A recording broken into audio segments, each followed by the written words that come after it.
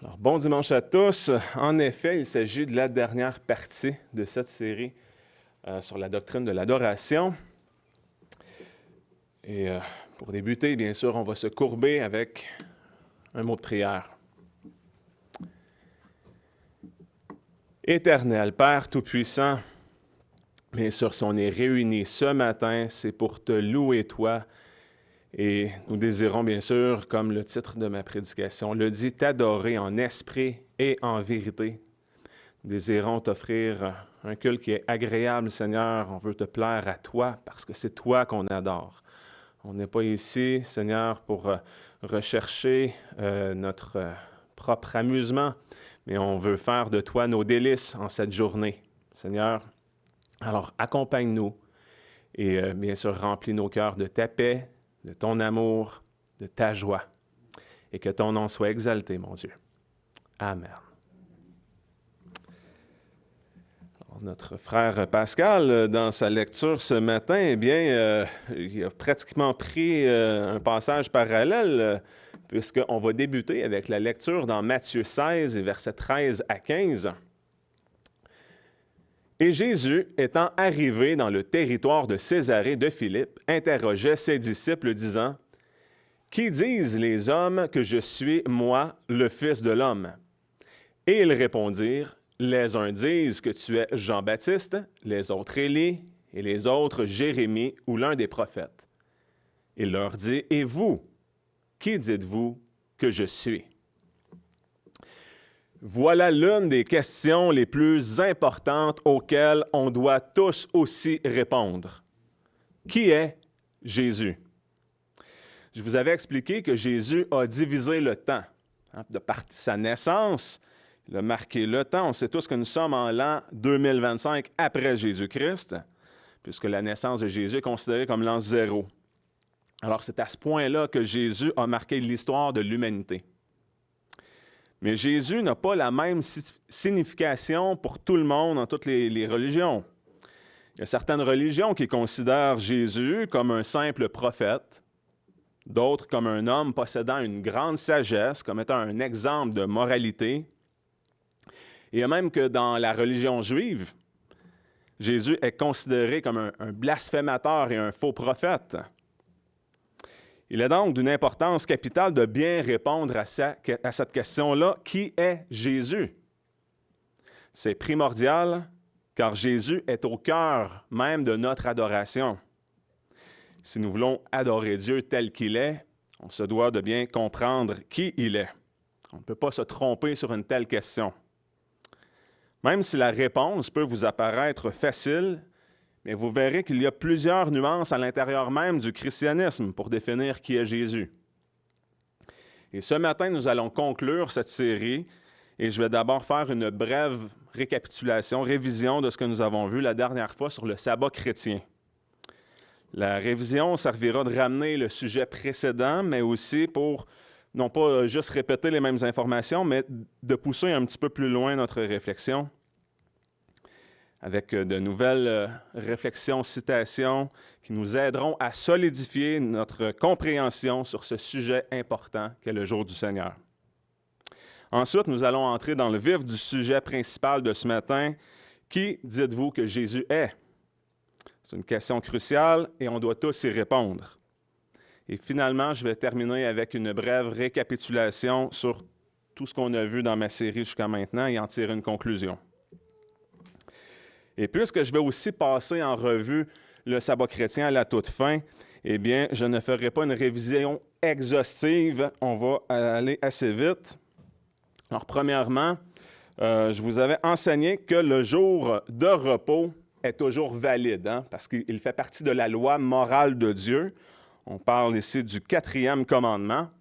Et c'est pourquoi tous les hommes, ce n'est pas juste les croyants qui sont liés par ça, tous les hommes, partout sur la terre, de tous les temps, sont liés perpétuellement par ce commandement positif et moral. Je vous avais aussi parlé qu'il y avait une certaine exception, parce que là, on veut ne pas travailler. C'est ça, le sabbat, c'est un jour de repos. On travaille 6 jours, puis une 7e journée, on se repose. Mais il y a bien sûr l'exception pour des travailleurs critiques. Comme moi, vous savez, je suis un agent de correction. Les pénitenciers, on ne peut pas fermer ça le dimanche. Il doit y avoir tout le temps du personnel en place pour surveiller les détenus et assurer la protection de la population. Même chose pour des policiers, des ambulanciers, des pompiers, tout le personnel infirmier. D'ailleurs, au Québec, les hôpitaux étaient jadis gérés par des religieuses. C'est juste depuis les années 1960 que progressivement, les religieuses se sont retirées des hôpitaux au profit d'un personnel diplômé en soins de santé. Et c'est le gouvernement qui a privatisé, pas privatisé, mais qui s'est emparé, c'est-à-dire de notre système de soins de santé. Mais avant ça, c'était des religieuses qui s'occupaient des hôpitaux. D'ailleurs, il y a plusieurs noms d'hôpitaux au Québec qui portent des noms à connotation très fortement chrétienne. Il y a l'hôpital Enfant Jésus, il y a l'hôpital, il y a le Sacré-Cœur, Saint-Sacrement, il y a plusieurs hôpitaux Hôtel-Dieu. Même à Drummondville, on a l'hôpital Sainte-Croix. Et je peux vous assurer que les hôpitaux ne fermaient pas le dimanche. Alors, c'est d'une évidence même. À ce titre-là, il y a des soldats qui sont allés voir aussi Jean-Baptiste, puis ils demandent à Jean-Baptiste quoi faire, et Jean-Baptiste va leur répondre simplement de se contenter de leur paye. On va lire l'extrait dans Luc 3, versets 12 à 14. Il vint aussi des péagers pour être baptisés, et ils lui dirent « Maître, que ferons-nous? » Et il leur dit « N'exigez rien au-delà de ce qui vous a été ordonné. » Les gens de guerre lui demandèrent aussi « Et nous, que ferons-nous? » Il leur dit « N'usez point de violence ni de tromperie envers personne, mais contentez-vous de votre paye. » Alors, la réponse de Jean-Baptiste, ce n'est pas de leur dire « Bien, changez de métier parce que vous ne pouvez pas faire ça, parce qu'on sait que des gens de guerre, des soldats, ils doivent être en fonction, il doit avoir toujours quelqu'un en fonction, surtout en temps de guerre, à tout moment. » C'est un peu comme je disais, moi en tant qu'agent de correction ou des policiers, des choses comme ça. On a aussi vu que le jour de repos a été déplacé au premier jour de la semaine depuis la résurrection. C'est ce que les premiers chrétiens faisaient.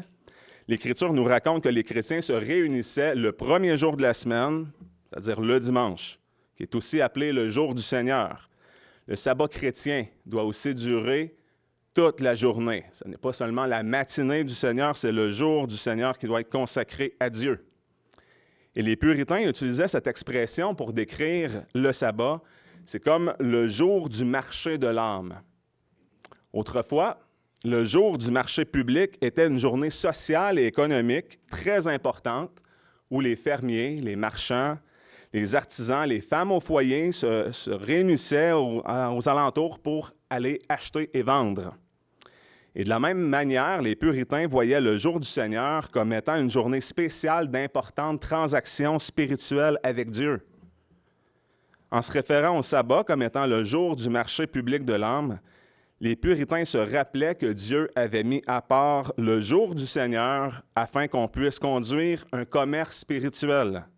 En d'autres mots, le but du 4e commandement est de nous libérer de notre train quotidien, de tous nos soucis du monde, afin qu'on puisse s'affairer aux choses de Dieu, comme s'il s'agissait d'une journée de commerce spirituel. Et dans son livre « Le jour du Seigneur », le professeur de théologie réformée Joseph Piper enseigne que Dieu nous sanctifie d'une manière à la fois négative et positive lors du sabbat. Et quand je dis d'une manière négative, je ne suis pas en train de dire d'une mauvaise manière ou dans un sens péjoratif, là. Mais plutôt que Dieu met à mort ce qui est mauvais en nous lors de ce jour. Notre penchant à l'idolâtrie est mis à mort spécialement lors du jour du Seigneur. Et de cette manière, nous sommes sanctifiés, c'est-à-dire nous sommes sanctifiés négativement, et positivement, Dieu nous fait grandir et prospérer en tant que chrétiens dans ce jour de repos. Voici un extrait maintenant du livre de Joseph Piper, la page 64 de Lord's Day. La pratique de ne pas poursuivre notre travail et nos loisirs et d'éviter les pensées inutiles à ce sujet nous empêche d'être obsédés par ces choses. Cela nous porte le coup fatal à devenir des bourreaux de travail ou d'être obsédés par notre passe-temps ou notre activité préférée. En ce jour, Dieu nous demande d'oublier tout le reste. Notre propension à l'idolâtrie est mise à mort. Ainsi, le sabbat nous sanctifie au sens négatif du terme. Cependant, l'observation du sabbat contribue aussi positivement à notre sanctification. Dans Ésaïe 58, Dieu promet que si nous sanctifions le jour de l'Éternel, nous ferons de l'Éternel nos délices et connaîtrons la prospérité et la victoire spirituelle. Le sabbat est un moyen par lequel nous grandissons et prospérons en tant que chrétiens. Alors, le sabbat chrétien est une excellente chose. Il est donc vrai que le sabbat a été fait pour l'homme, et non pas l'inverse. Il n'y a rien de mieux pour le bien-être de l'homme que de se reposer en Dieu, de rechercher sa face puis d'oublier tout le reste. L'homme doit prendre congé de lui-même. C'est une journée spéciale où on prend congé de toutes nos inquiétudes, de ce qui peut nous accaparer. Mais non seulement ça, on prend congé de tout ce qui rend captif notre esprit, de tout ce qui pourrait devenir une idole et nous détourner de Dieu. Tout cela doit être banni lors de cette journée sanctifiée. Et c'est ainsi qu'on se repose vraiment. Passons maintenant au sujet principal de ce matin pour conclure la série. Adorer Dieu en esprit et en vérité. Retournons à notre texte. Et Jésus étant arrivé dans le territoire de Césarée de Philippe, interrogeait ses disciples, disant, « Qui disent les hommes que je suis, moi, le Fils de l'homme? » Et ils répondirent, les uns disent que tu es Jean-Baptiste, les autres Élie, et les autres Jérémie ou l'un des prophètes. Et il leur dit, « Et vous, qui dites-vous que je suis? » Alors, nombreuses sont les interprétations, les réponses à cette question, et les hommes ne s'entendent pas tous pour définir qui est réellement Jésus. Jésus ici évoque quelques choix de réponse à ses disciples basés sur ce que les hommes stipulaient à son sujet. Les spéculations des hommes pointaient vers une forme de réincarnation pour dire que Jésus était un autre prophète parmi les prophètes. Puis ensuite, Jésus se tourne vers ses disciples et leur demande, « Et vous, qui dites-vous que je suis? » En d'autres mots, il y a bien des rumeurs, il y a bien des hypothèses que les hommes se fabriquent, mais ce qui m'importe, c'est qui vous croyez que je suis. De la même manière, encore aujourd'hui, il y a beaucoup de spéculations entourant Jésus, tout dépendant de la religion. Dans le judaïsme, Jésus est très mal perçu. Non seulement ils ne le reconnaissent pas comme Dieu, mais ils ne le reconnaissent pas comme un prophète ou un homme sage. Au contraire, Jésus est considéré dans le judaïsme comme un ennemi qui a fait beaucoup de tort. Et on va regarder ce que Moïse Maïmonide, l'une des plus influentes autorités rabbiniques du Moyen Âge, a dit ici. Concernant Jésus de Nazareth qui s'est imaginé à être le Messie et qui a été mis à mort par le tribunal, le prophète Daniel disait déjà « Des hommes violents de ton peuple s'élèveront afin d'accomplir la vision, mais ils succomberont. » Et peut-il y avoir une plus grande pierre d'achoppement que celle-là? Tous les prophètes ont affirmé que le Messie rachèterait Israël, le sauverait, rassemblerait les dispersés, renforcerait les commandements. Mais il a fait en sorte qu'Israël soit détruit par l'épée, que ses restes soient dispersés et humiliés, qu'il change la Torah et que le monde soit trompé pour servir un autre Dieu que le Seigneur. Alors, vous voyez comment l'interprétation de la vie de Jésus est diamétralement opposée ici avec ce que cette autorité rabbinique affirme. Alors, toutes les prophéties qui concernent Jésus, bien, nous, on les voit que Jésus les remplit, mais pour lui, c'est l'inverse. Il voit ça d'une manière totalement négative.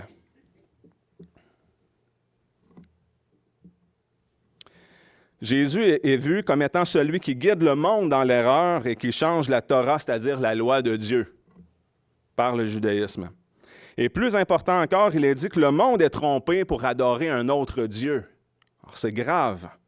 Il y a même un écrit dans le Talmud juif, précisément dans le traité de Gittin, qui est situé dans le 3e ordre de la Mishnah. Il y a une histoire racontant que Jésus est en train de bouillir dans des excréments pour avoir guidé Israël vers l'idolâtrie. Alors, c'est très, très grave comme version, mais ce ne sont pas toutes les religions du monde qui vont percevoir Jésus aussi négativement. Par exemple, dans l'islam, Jésus est un prophète très respecté, mais humain. Il est d'ailleurs le deuxième prophète le plus cité dans le Coran après Moïse. Dans le Coran, Jésus va performer des miracles et est décrit comme étant sans péché. Mais cela dit, le Coran présente toujours Jésus comme étant le fils de Marie en opposition au fils de Dieu, puisqu'on retrouve à plusieurs reprises l'affirmation dans le Coran que Dieu n'a pas de fils. Alors ça aussi, ça va en contradiction avec le christianisme. Un autre exemple, Jésus peut être regardé comme un modèle moral à suivre parmi les athées ou dans la religion bouddhiste. Les enseignements de Jésus sur l'amour, la compassion, l'altruisme, l'importance de mener une vie vertueuse résonnent avec les principes bouddhistes. Le bouddhisme est une religion non théiste, c'est-à-dire qu'il n'y a même pas besoin de croire en l'existence de Dieu pour être bouddhiste. Par conséquent, ses adhérents n'ont pas une croyance ou une relation directe avec Jésus, puisqu'ils le considèrent comme un simple homme parmi d'autres. Alors, comme on peut le voir, il y a une multitude d'interprétations concernant Jésus-Christ, mais une seule interprétation peut être vraie et cohérente. Et voyons voir la réponse des disciples de Jésus à cette question. « Et vous, qui dites-vous que je suis? » On le voit dans Matthieu 16, les versets 16 et 17. Simon-Pierre, prenant la parole, dit, « Tu es le Christ, le Fils du Dieu vivant. » Et Jésus lui répondit, « Tu es heureux, Simon, fils de Jonas, car ce n'est pas la chair et le sang qui t'ont révélé cela, mais mon Père qui est dans les cieux. » On voit ici que l'apôtre Pierre prend la parole et fait une belle confession devant les autres en affirmant que Jésus est le Christ, le Fils du Dieu vivant. Alors pour les enfants, vous avez une belle réponse là à vos questions. Jésus confirme l'interprétation de Simon-Pierre en lui disant que c'est son Père céleste qui lui a révélé cette vérité à son sujet. Donc, si Jésus lui-même se déclare être le Fils de Dieu, toutes les autres religions qui font de Jésus un simple prophète ou un homme sage ou un modèle moral sont dans l'erreur. Pourquoi? Parce que si Jésus est véritablement qui il dit être, cela élimine automatiquement tous ceux qui croient que Jésus n'est pas divin. Ceux qui croient que Jésus n'est pas Dieu vont être automatiquement disqualifiés. Et de l'autre côté, si Jésus n'est pas ce qu'il dit être, bien cela élimine aussi les interprétations de ceux qui font de Jésus un homme sage ou un prophète. Pourquoi? Parce qu'il y a trois possibilités.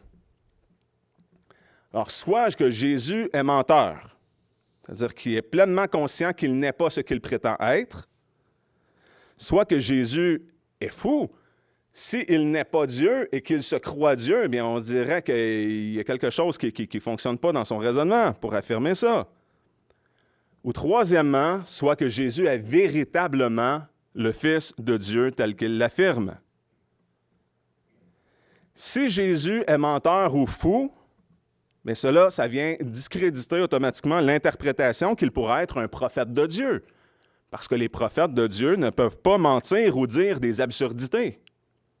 Ça vient aussi discréditer ceux qui font de Jésus un homme sage et inspirant moralement, car on ne pourrait pas prendre pour modèle de moralité un simple homme qui dit des âneries ou qui se prétend être Dieu alors qu'il ne l'est pas. Il n'y a rien de sage là-dedans ou de moralement louable. Alors au final, les deux seules interprétations logiques qui restent sont celles où Jésus serait soit un hérétique, tel que les Juifs l'affirment, ou qu'il est véritablement le Christ, le Fils du Dieu vivant, tel que les chrétiens croient. Il n'y a pas d'autre option vraiment cohérente si on veut s'aligner avec ce que Jésus lui-même a déclaré à son sujet. Si on croit en Jésus pour qui il est d'après les écrits du Nouveau Testament ou de toute la parole de Dieu, tel qu'il se présente, alors c'est soit ça qu'on le croit ou soit qu'on le rejette catégoriquement. Il ne peut pas y avoir de nuances à ce niveau-là. C'est très tranchant. C'est tant mieux parce que la parole de Dieu est tranchante. Jésus n'est pas venu apporter la paix, mais l'épée. On le voit dans Matthieu 10, versets 37 à 39. « Celui qui aime son père ou sa mère plus que moi n'est pas digne de moi. Et celui qui aime son fils ou sa fille plus que moi n'est pas digne de moi. Et celui qui ne prend pas sa croix et ne me suit pas n'est pas digne de moi. Celui qui aura conservé sa vie la perdra, mais celui qui aura perdu sa vie à cause de moi la retrouvera. » Parole très tranchante, catégorique de Jésus-Christ. Jésus a aussi dit dans Matthieu 12, 30 que celui qui n'est pas avec lui est contre lui. Il dit encore dans Marc 8, 38 que celui qui aura honte de lui, bien Jésus aura aussi honte de lui lors de son retour glorieux devant son Père. Dans Jean 3, 18, Jésus va enseigner que celui qui croit en lui n'est pas condamné, mais que celui qui ne croit pas en lui, au nom du Fils de Dieu, est déjà condamné. Alors, on ne peut pas avoir une position nuancée ou imprécise sur ce sujet-là. Soit on s'oppose à Jésus tel que les Juifs l'ont fait, c'est-à-dire qu'ils l'ont accusé de blasphème, ou soit on met toute notre confiance en Christ parce qu'on croit à ses enseignements, ses promesses et qu'il est pleinement Dieu. Et pour nous qui sommes chrétiens, la réponse est évidente. Nous croyons que Jésus-Christ est le Christ, le Fils du Dieu vivant. Nous jugeons que par sa résurrection d'entre les morts, il a donné une preuve suffisante qu'il est Dieu. Nous nous appuyons sur le témoignage des apôtres et des nombreux martyrs qui ont perdu leur vie pour Jésus et qui affirmaient avoir vu le Christ ressuscité. Je ne vous apprends rien ce matin sur notre position, mais je veux vous faire réfléchir sur l'importance de maintenir notre position sur qui est Jésus-Christ et de ne faire aucun compromis là-dessus. Alors, ne soyons pas satisfaits si un jour on a une conversation avec un non-croyant qui nous concède que Jésus est un bon exemple de moralité, par exemple, ou qu'il serait un simple prophète, comme les musulmans affirment. Ça ne servira à rien de hocher la tête en signe d'approbation en pensant que c'est suffisant que Jésus soit vu en haute estime. Parce que tant que Jésus n'est pas perçu comme étant pleinement divin, l'estime ne sera jamais assez haute. Que les hommes accordent une certaine importance, une certaine estime à Jésus, eh bien, ça ne comptera pas assez s'il nie sa divinité. Le Dieu de la Bible affirme qu'il n'y a pas d'autre sauveur que l'Éternel Dieu. Jésus, pour être notre sauveur, doit aussi être Dieu. Et c'est ainsi qu'on doit le présenter aux autres. Toute autre personne qui ferait de Jésus un être inférieur à Dieu est mauvaise, puisque Jésus est le Fils de Dieu et nous ne devons en aucun cas compromettre cette vérité. Mais encore faut-il être capable de bien définir ce qu'on croit à propos de Jésus-Christ, parce qu'à l'intérieur même du christianisme ou de ceux qui s'identifient ou qui voudraient s'affilier au christianisme, tous ne sont pas d'accord sur la définition de Dieu le Fils. Par exemple, les témoins de Jéhovah. Pour eux, ils vont dire que Jésus est un petit Dieu, qu'il est l'archange Michaël avant son incarnation, dans le sens qu'il a été créé par Dieu, que l'archange Michaël est une créature de Dieu. Les Mormons, aussi appelés saints des derniers jours, vont enseigner que Jésus est devenu Dieu, mais que nous aussi, en tant qu'hommes, on peut aspirer à devenir Dieu. D'ailleurs, ils vont même enseigner que Satan est le frère de Jésus.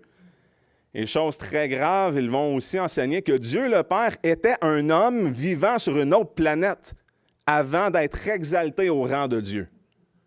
Terrible. Ça, c'est un enseignement de leur fondateur, Joseph Smith, qui a enseigné ça. Il y a aussi la position chez les unitariens qui croient que Jésus est le Messie, mais qu'il n'est pas Dieu. Et il y a aussi celle des modalistes qui affirment que c'est Dieu le Père qui s'est incarné en Jésus pour ensuite changer de forme en devenant le Saint-Esprit à la Pentecôte. Alors, comme on peut le constater, il y a plusieurs positions divergentes à l'intérieur même de ceux qui tentent de s'affilier ou de s'approprier d'être dans le christianisme concernant Jésus. À titre de dernier exemple, il y a le pentecôtisme unitaire, qui est aussi connu sous le nom de Jésus, le mouvement Jésus seul, qui affirme que Jésus est le Père et qu'il est le Saint-Esprit. En d'autres mots, Jésus est Dieu qui se manifeste sous différentes formes. Alors, de cette manière-là, ils vont rejeter la doctrine de la Trinité. Et vous savez quoi? C'est encore plus complexe que ça, car même parmi ceux qui adhèrent à la doctrine de la Trinité, tous n'ont pas eu dans l'histoire la même compréhension concernant la nature ou la personne de Jésus. Il y a Nestorius, qui était un patriarche de Constantinople au 5e siècle, qui affirmait que Jésus possédait deux personnes, c'est-à-dire une personne divine, une personne humaine. Ce n'est pas notre langage, ce n'est pas ce qu'on croit. Alors Jésus est une des trois personnes de la Trinité, mais Nestorius disait que Jésus était deux personnes.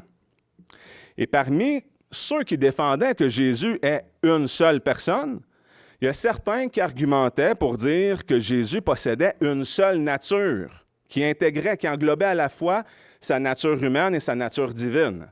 Encore là, ce n'est pas ce qu'on croit. On croit que Jésus est une personne, oui, mais qu'il possède deux natures, et que ces deux natures-là sont unies en la personne de Dieu le Fils. Alors, puisqu'on doit adorer Dieu en esprit et en vérité, seriez-vous en mesure de bien définir avec précision qui est Jésus? Alors, c'est une chose de savoir en qui on croit, mais il faut aussi savoir qui est celui en qui nous plaçons notre confiance. Nous croyons que Jésus est le Fils de Dieu, mais nous devons comprendre ce que ça signifie. Puis je vous ai déjà donné une série complète sur la doctrine de la Trinité. Si vous n'êtes pas bien affermi dans votre compréhension du Dieu trinitaire, bien, je vous encourage à retourner écouter les enseignements. Quant à notre position officielle concernant Jésus-Christ, nous croyons qu'il est pleinement Dieu, de la même substance, essence, puissance et éternité que le Père. Et c'est ce qui est affirmé dans notre confession de foi au chapitre 2.3. Dans cet être divin et infini, il est trois subsistances, le Père, la Parole ou le Fils et l'Esprit Saint, qui sont d'une seule substance, puissance et éternité. Chacun possède toute l'essence divine et cependant l'essence n'est pas divisée. Le Père n'est engendré par personne et il ne procède de personne. Le Fils est éternellement engendré du Père. L'Esprit Saint procède du Père et du Fils. Les trois sont infinis, sans commencement, mais sont un seul Dieu qui ne doit pas être divisé selon la nature ou l'être, mais distingué selon les propriétés particulières qui se révèlent dans leurs relations personnelles mutuelles. La doctrine de la Trinité est le fondement de toute notre communion avec Dieu et de notre dépendance, source de réconfort de lui. Alors, vous voyez à quel point c'est important de bien comprendre qui est Dieu. Parce que si la doctrine de la Trinité est le fondement de toute notre communion avec Dieu, nous devons bien la saisir. C'est non négociable. Nous voulons entrer en communion avec Dieu et l'adorer tel qu'il est vraiment. Et pour récapituler qui est Jésus, nous croyons qu'il est Dieu le Fils éternellement engendré du Père. Jésus, depuis son incarnation, possède deux natures, une nature divine et une nature humaine. Et les deux natures sont unies en la personne de Dieu le Fils. Telle est notre foi et notre compréhension de Jésus-Christ. Cette position est celle qui est exprimée, c'est-à-dire dans le credo ou le symbole d'Athanase. Et concernant l'expression « fils du Dieu vivant » telle qu'employée par l'apôtre Pierre pour faire sa belle confession, eh bien, voici le commentaire de John Gill, le théologien, sur Jean 6, 69. Dieu le Père est appelé le Dieu vivant, non pas pour le distinguer de son Fils, car lui aussi est le Dieu vivant, et il est ainsi appelé en Hébreux 3,12, mais pour le distinguer des idoles, des païens, qui n'ont ni vie ni souffle en elles. Le Christ est appelé le Fils du Dieu vivant parce qu'il est une personne divine, parce qu'il est vraiment Dieu, et pour montrer qu'il a la même vie que son Père, qu'il participe à la même nature et aux mêmes perfections divines. C'est une autre raison pour laquelle les âmes iront au Christ et à nul autre, parce qu'il est le Messie, le Sauveur et le Rédempteur, et qu'il est capable, et parce qu'il est Dieu et qu'il n'y en a pas d'autre. Poursuivons sur cette idée que nous devons adorer Dieu en esprit et en vérité. C'est l'enseignement que Jésus donne à la femme samaritaine qui était allée puiser de l'eau. Et après lui avoir enseigné qu'il possède une eau dont la source jaillira pour l'éternité, la femme lui demande cette eau afin de ne plus jamais avoir soif. Et voici la suite, dans Jean 4, versets 19 à 26. La femme lui dit, « Seigneur, je vois que tu es un prophète.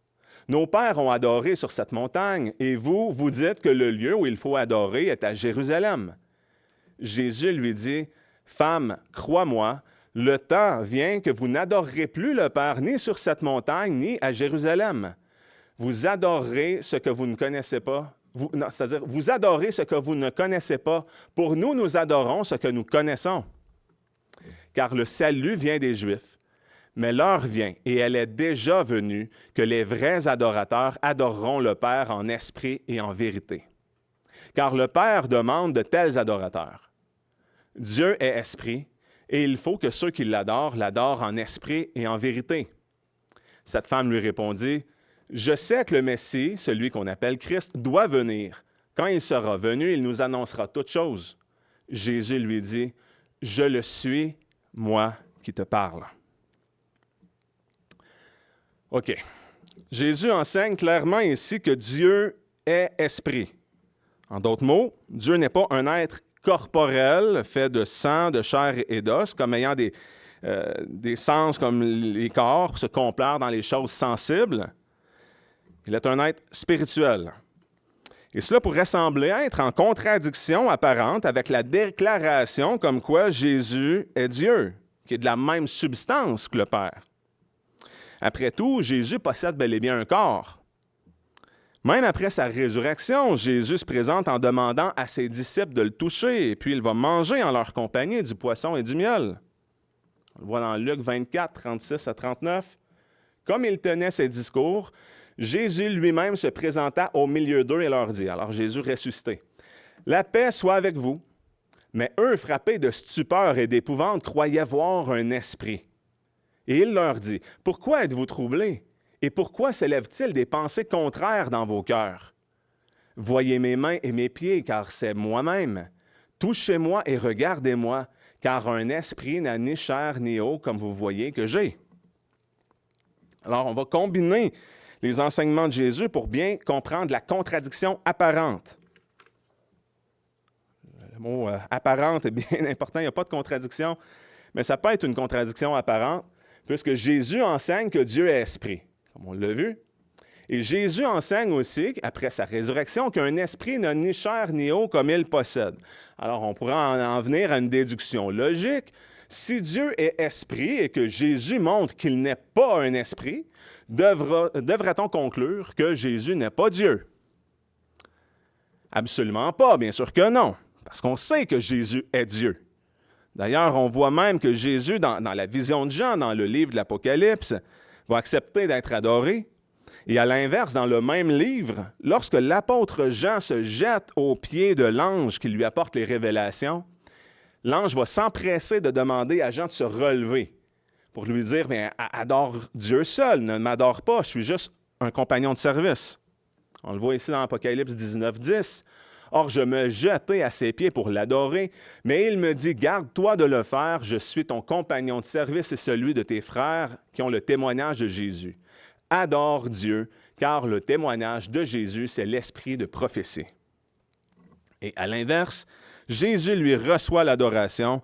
Jean tombe à ses pieds en voyant le Fils de l'homme, dans Apocalypse 1,17. Or, quand je le vis, je tombai à ses pieds comme mort, et il mit sa main droite sur moi en me disant, « Ne crains point, c'est moi qui suis le premier et le dernier, celui qui est vivant. » Jésus est adoré dès sa naissance. On le voit qu'il a été adoré par les mages venus d'Orient, qui étaient allés apporter des cadeaux à Jésus. Ils ont adoré l'enfant. Jésus est aussi adoré par ses disciples qui étaient dans la barque après avoir marché sur l'eau, dans Matthieu 14, 33. Jésus va être adoré par les femmes qui sont allées à sa rencontre suite à sa résurrection. Les femmes qui se sont jetées à ses pieds pour lui embrasser les pieds, ils l'ont adoré dans Matthieu 28, 9. Même chose lorsque Thomas s'est exclamé en ayant touché à Jésus ressuscité en disant « Mon Seigneur et mon Dieu ». Jésus ne l'a pas rabroué, mais il l'a confirmé en le disant « heureux ». Nous savons hors de tout doute que Jésus est Dieu et qu'il doit être adoré, même s'il possède un corps physique. Donc, pour répondre à cette contradiction apparente-là que je vous ai dit, c'est important de bien comprendre ce que Jésus signifie en affirmant que Dieu est esprit et que les vrais adorateurs adoreront leur Père en esprit et en vérité.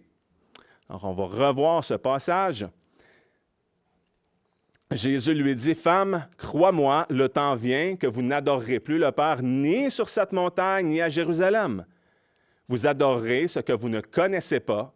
Pour nous, nous adorons ce que nous connaissons, car le salut vient des Juifs. Mais l'heure vient, et elle est déjà venue, que les vrais adorateurs adoreront le Père en esprit et en vérité, car le Père demande de tels adorateurs. Dieu est esprit, et il faut que ceux qui l'adorent en esprit et en vérité. » Alors, le but de Jésus ici n'est pas de faire une description métaphysique de Dieu. C'était déjà bien connu que Dieu ne pouvait pas être contenu dans un lieu physique précis. Le roi Salomon a écrit là-dessus, un roi 8,27, c'est-à-dire « Mais serait-il vrai que Dieu habita sur la terre? Voici les cieux, même les cieux des cieux ne peuvent te contenir, combien moins cette maison que j'ai bâtie. » Toutefois, il y avait de l'importance accordée au lieu du temple, puisque Dieu avait dit émettre son nom là. Les prières faites dans ce lieu avaient une signification particulière. Jésus, qui est le médiateur entre Dieu et les hommes, n'était pas encore venu. Mais avec la venue de Jésus, le Messie dans le monde, Dieu a véritablement tabernaqué, c'est-à-dire qu'il a habité parmi nous en nous donnant son Fils. Jésus est appelé Emmanuel, qui signifie Dieu parmi nous. On l'a chanté ce matin. À la Pentecôte, le Saint-Esprit s'est répandu sur les croyants. L'apôtre Paul nous enseigne que nos corps sont le temple du Saint-Esprit, dans 1 Corinthiens 6, 19. Alors, il y a quelque chose de nouveau et de significatif depuis l'arrivée de Jésus sur terre. Et lorsque Jésus pointe que nous devons adorer Dieu en esprit et en vérité, eh bien, c'est en opposition avec la croyance que Dieu doit être adoré, c'est-à-dire sur une montagne précise, en un lieu précis ou à Jérusalem. Mais que les vrais adorateurs adoreront en esprit et en vérité. C'est dans ce contexte-là. Par cela, Jésus enseigne que notre adoration doit être en harmonie avec l'essence du Dieu trinitaire. Les théologiens s'entendent majoritairement pour dire qu'il ne s'agit pas d'un enseignement qui concerne exclusivement l'une des trois personnes de la Trinité. Car même depuis son incarnation, en tant qu'homme, Jésus, Dieu le Fils, ne perd pas son essence d'esprit. En plus d'avoir une nature 100% humaine, Jésus a aussi une nature 100% divine. Et ainsi, les trois personnes de la Trinité doivent être adorées en esprit et en vérité. Dieu est omniprésent, et omnipotent, tout-puissant, et omniscient. Dieu n'est pas limité à un seul endroit, et bien qu'il soit présentement invisible, il est partout en même temps. Et cela s'applique aussi à Jésus, qui est à la fois assis sur le trône de Dieu, à la droite du Père, mais qui nous a promis simultanément d'être avec nous tous les jours jusqu'à la fin du monde. Et par conséquent, Dieu exige un service spirituel d'après l'être qu'il est et selon les règles qu'il a lui-même fixées dans sa parole. Alors, on doit rendre un culte à Dieu, à la fois privé et public, dans l'intimité, dans la famille, dans l'Église, par la prière, la louange, en lisant, en écoutant sa parole, puis en prenant part à la vie d'Église, incluant les sacrements enseignés, confirmés par Christ, comme le baptême et le repas du Seigneur. En tout lieu et à tout moment, nous avons accès à Dieu pour l'adorer, le prier et entretenir une communion sincère avec lui, car nous avons un médiateur parfait qui est Christ, qui nous donne un plein accès à la présence divine. Alors, on n'a pas besoin d'objets, de cérémonies compliquées, des rituels inventés par les hommes, pas besoin de statues, d'images ou même d'une bâtisse pour adorer Dieu. Rappelons-nous que l'Église, ce n'est pas le local dans lequel nous sommes. L'Église, c'est l'ensemble des croyants. C'est le corps de notre chef spirituel, de notre chef qui est Jésus-Christ. Alors, l'Église, ce sont les croyants membres de cette entité vivante que le Seigneur a assemblée. Donc, on n'a pas besoin de servir Dieu sur un plan matériel. C'est par notre esprit que nous pouvons lui offrir un culte véritable. Donc, il n'y a pas de lieu physique plus important qu'un autre sous la Nouvelle Alliance. Jérusalem n'est pas un endroit plus propice pour adorer Dieu qu'Acton Vale. Que vous soyez seul dans votre chambre, dans votre cuisine, dans votre voiture, vous pouvez adorer Dieu, vous pouvez le prier. Et non seulement vous pouvez le faire, mais vous devez le faire, puisque Dieu doit être adoré de toute notre vie. Voyez maintenant un commentaire de Matthew Pose sur le verset de Jean 4, 24. Dieu n'est pas un être corporel composé de sang, de chair et d'os, ayant des sens comme les corps pour se complaire dans les choses sensibles, mais c'est un être spirituel, le Père des esprits, et il exige un service spirituel proportionné à son être. C'est pourquoi ceux qui lui rendent un hommage religieux doivent le faire avec leur esprit et selon la règle qu'il a prescrite, en vérité et en réalité. Telle est maintenant la volonté de Dieu. Et bien qu'il ait exigé de son peuple sous la loi un service plus rituel et plus figuratif, cela doit maintenant cesser. C'est pourquoi la femme de Samarie n'avait pas à se demander quel était le culte le plus vrai, celui du mont Garizim ou celui du mont Sion, car l'un et l'autre allaient soudain disparaître. Et un culte spirituel nouveau et plus substantiel allait leur succéder, à l'apprentissage duquel elle devait s'attacher et non pas consacrer ses pensées à ces choses qui n'avaient aucune importance et ne tendaient qu'à susciter des questions inutiles. Alors, en résumé, ne perdons pas notre temps et nos énergies à nous préoccuper de choses qui n'ont aucune importance pour adorer Dieu. Il n'y a plus de questions à se poser quant à savoir s'il y a un meilleur endroit pour louer Dieu. Bien sûr. On veut trouver des églises fidèles qui enseignent bien la parole de Dieu et où il y a une saine discipline qui est administrée, que les sacrements sont administrés. C'est pas de ça que je parle. Je parle plus de lieux physiques. Dans certaines religions, ils doivent faire des pèlerinages. Par exemple, dans l'islam, la photo du bas, eh bien, les musulmans doivent prier 5 fois par jour en direction de la Kaaba. Ça, c'est l'espèce de cube noir que vous voyez là, qui est un bâtiment qui est situé au centre de la cour de la grande mosquée à la Mecque. Ils considèrent ce lieu sacré, ils accordent une grande importance à une petite pierre noire qui est entreposée à l'intérieur de la bâtisse. Selon leur légende, la pierre originalement était blanche. Puis à force d'absorber là, les péchés des pèlerins qui passent et qui embrassaient la pierre, bien, elle serait devenue noire. Alors, il y a plusieurs autres religions qui ont aussi toutes sortes de rituels, puis qui ont des lieux sacrés. Dans le judaïsme, ils ont le mur des lamentations, qui est un lieu de prière pour les Juifs. Certains Juifs diront que le seul lieu saint est le mont du Temple à Jérusalem. Et puis, selon le Talmud juif, Dieu aurait utilisé de ce sol-là pour former Adam. Dans le catholicisme romain, il y a encore ce genre de superstition, malheureusement. Martin Luther, pendant qu'il était un moine catholique, ça, c'est pas le vrai Martin Luther, c'est un extrait du film Luther avec Joseph Fiennes. Eh bien, pendant qu'il était moine catholique, il a voyagé à Rome en 1510, puis il y avait de très grandes attentes lors de ce voyage-là. Alors, à son arrivée, Luther tombe par terre, il lève les mains et il dit « Salut à toi, Sainte Rome ». 3 fois sainte pour le sang des martyrs versé ici. Luther, il voulait vivre une expérience spirituelle et pour cette raison-là, il a visité les tombes de 46 papes, puis le cimetière contenant 80 000 ossements de martyrs. Les moines catholiques qui visitaient Rome se rendaient souvent à un endroit appelé Scala Sancta. Scala Sancta, c'est les escaliers saints qu'on voit sur l'image. Fait que ça signifie escalier sacré en latin.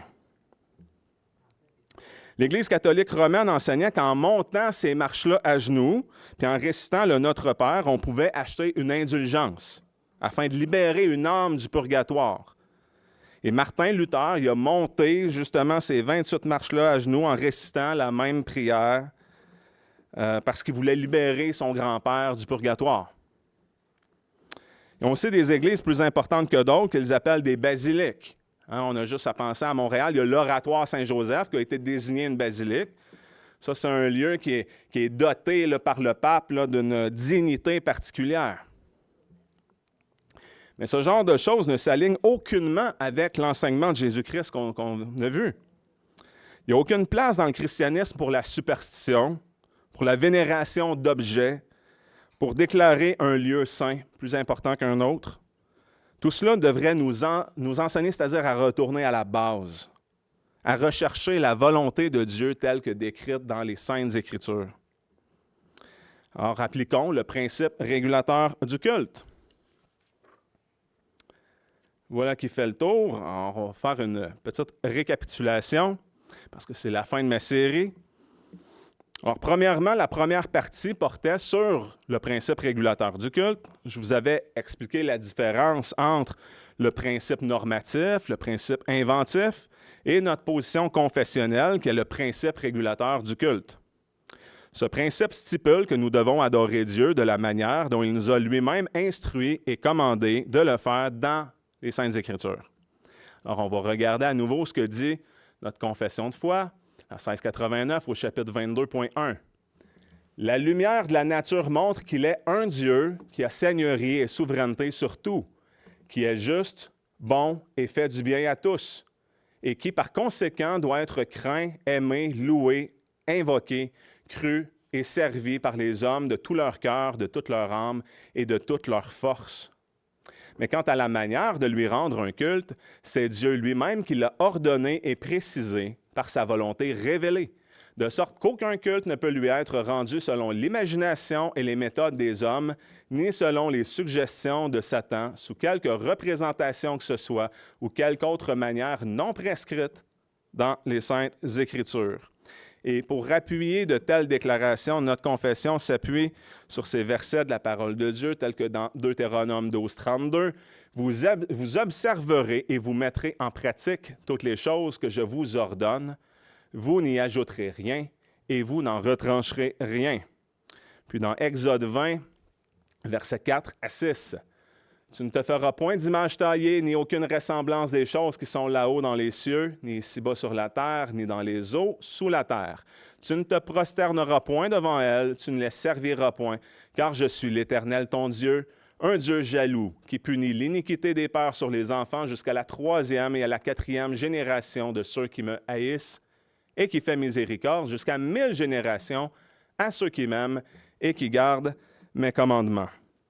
Alors, d'une part, on obtient l'instruction claire de mettre en pratique toutes les choses que Dieu a ordonnées, mais sans rien modifier, c'est-à-dire sans rien ajouter, sans rien enlever. Puis de l'autre part, nous avons le deuxième commandement de Dieu qui nous enseigne non seulement de ne pas adorer ou servir des idoles, mais même de ne pas en fabriquer. Ensuite, j'avais adressé le sujet des fêtes religieuses. C'est un sujet qui méritait beaucoup d'explications puis de recherches, alors j'avais divisé l'enseignement en 3 parties. Lors de la première, on avait regardé historiquement la fête de Noël, deuxième, la fête de Pâques, puis en troisième partie, l'Action de grâce, Pourim et la dédicace. Encore une fois, le principe est de revenir au principe régulateur d'adoration et se poser la question: qui a l'autorité d'établir une journée plus importante que les autres? Alors, seul Dieu peut sanctifier un jour, c'est-à-dire la mettre à part des autres, décréter une fête dédiée à l'adorer. Et je vous avais expliqué que chacune des 7 grandes fêtes établies par Dieu dans l'Ancien Testament ont trouvé leur accomplissement en la personne de Christ. Et c'est pourquoi nous ne sommes plus sous l'obligation de garder ces fêtes qui étaient l'ombre des choses à venir. La loi juive comportait 2 grandes parties, que la loi morale, telle que les 10 commandements qui sont toujours en vigueur aujourd'hui, et la loi cérémonielle qui englobait les prescriptions relatives au sacrifice, aux rites de purification, comme la circoncision, puis au respect des fêtes juives. Paul nous explique que Christ a effacé la loi cérémonielle et ses règles en attachant leur obligation à la croix. Pour cette raison, les chrétiens n'ont pas à garder l'obligation de célébrer ces fêtes qui étaient l'ombre des choses à venir. On le voit dans Colossiens 2, versets 16 et 17, que personne d'autre donc ne vous condamne au sujet du manger ou du boire, ou au sujet d'un jour de fête, ou de nouvelle lune, ou de sabbat. C'était l'ombre des choses qui devaient venir, mais le corps en est en Christ. Vous avez aussi vu qu'il y a des périodes occasionnelles de jeûne et d'action de grâce motivées par des événements providentiels qui peuvent être observés à plusieurs reprises dans la Bible, alors que les fêtes traditionnelles mises à part par les hommes sont directement condamnées dans l'Écriture, comme dans l'exemple du roi Jéroboam qui avait fortement irrité le Seigneur en instituant un jour saint qu'il avait conçu de son propre cœur. Notre confession de foi au chapitre 22.5 nous dit « Le culte religieux de Dieu comprend la lecture des Écritures, la prédication et l'écoute de la parole de Dieu, l'instruction et l'avertissement mutuel par des psaumes, des hymnes et des chants spirituels, chantant au Seigneur avec la grâce dans le cœur, comme aussi l'administration du baptême et de la Sainte Seine. Le tout doit être pratiqué en obéissance à Dieu, avec intelligence, foi, respect et crainte de Dieu, de plus de solennelles humiliations accompagnées de jeûnes et d'actions de grâce en des occasions particulières doivent être pratiquées de manière sainte et religieuse. » Et cela m'amène à mon 6e prêche où j'avais enseigné à propos du sabbat chrétien.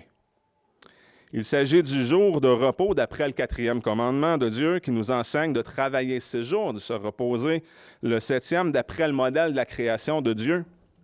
On voit ça dans Exode 20, versets 8 à 11. « Souviens-toi du jour du repos pour le sanctifier. Tu travailleras 6 jours et tu feras toute ton œuvre. Mais le 7e jour est le repos de l'Éternel. Tu ne feras aucune œuvre en ce jour-là, ni toi, ni ton fils, ni ta fille, ni ton serviteur, ni ta servante, ni ton bétail, ni l'étranger qui est dans tes portes. Car l'Éternel a fait en 6 jours les cieux et la terre, la mer et tout ce qui est en eux. Et il se reposait le 7e jour. C'est pourquoi l'Éternel a béni le jour du repos et l'a sanctifié. » Cependant, bien que nous croyions toujours en la validité de la loi morale et perpétuelle de Dieu, où nous devons travailler et consacrer une journée sur 7 à Dieu, notre confession de foi affirme que le jour de repos fut changé pour être le premier jour de la semaine depuis la résurrection de Christ. Comme Christ a marqué le temps par sa naissance, on est en l'an 0 à sa naissance, eh bien, c'est Jésus-Christ ressuscité qui a aussi effectué ce changement-là. Il est apparu à ses disciples le premier jour à diverses occasions après sa résurrection. Jésus est décrit comme étant les prémices de ceux qui sont morts parce qu'il est le premier-né d'entre les morts. Il occupe le premier rang en toutes choses. Jésus est aussi décrit comme étant le maître du sabbat. C'est lui qui est notre repos parce qu'il a tout accompli. Il est l'inaugurateur d'une nouvelle alliance. 2 Corinthiens 5, 17. Si donc quelqu'un est en Christ, il est une nouvelle créature. Les choses vieilles sont passées. Voici, toutes choses sont devenues nouvelles. Alors, il y a donc une nouvelle réalité pour les chrétiens, puisque Jésus nous fait entrer dans son repos le premier jour. Il est donc logique que les chrétiens honorent le sabbat le premier jour de la semaine, c'est-à-dire le dimanche, et c'est aussi ce qu'on voit dans la parole de Dieu. Les disciples se réunissaient le premier jour, qui est aussi appelé le jour du Seigneur. Alors, cette information est importante. C'est le jour du Seigneur, car cela nous enseigne que ce n'est pas notre jour à nous. Ce n'est pas non plus seulement la matinée du Seigneur, ça ne se limite pas au culte le dimanche matin en Église. Toute la journée doit être dédiée à l'Éternel, notre Dieu. C'est Dieu qui a sanctifié une journée sur 7 afin qu'on se repose en lui. C'est un devoir envers Dieu.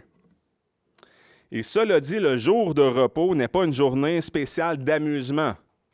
Au contraire, si le sabbat est pour l'homme, il faut donc rechercher ce qu'il y a de meilleur pour l'homme. C'est-à-dire notre bien-être spirituel qui se trouve en Dieu.